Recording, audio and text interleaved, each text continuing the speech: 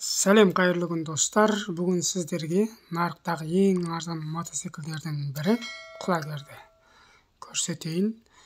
Бүгінгі нарықта бағамен қоса сапаға да жұмыс жасаған бұл мотоциклдің қара және қара көк түрлері бар.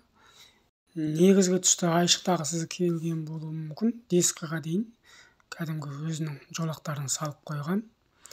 Карбюраторы қазіргі кездегі мотоциклдердің бәрінде қолданып жүрген универсал карбюратор, корпусы 5 скоросты айналмалы қорап.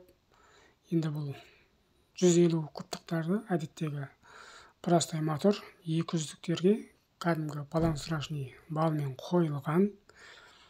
Мұның астындағы зашниктері моторға жақын әрі көтеріңкі жақсы жобаланыпты.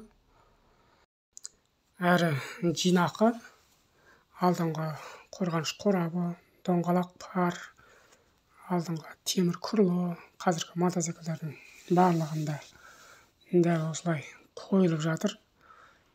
Бұның тағы бір айта кететін артықшылығы, торымызды гүлшіттің үстіне қойған. Қазіргі мотоциклдерде де кеңінен қолданылып жатыр десе де бұл мотоциклдің де бір артықшылығы деп айтуға болады.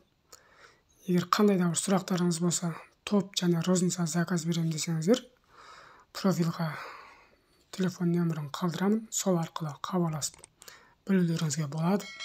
Келесі видеода кездескенше сау, саламат болыңыздар.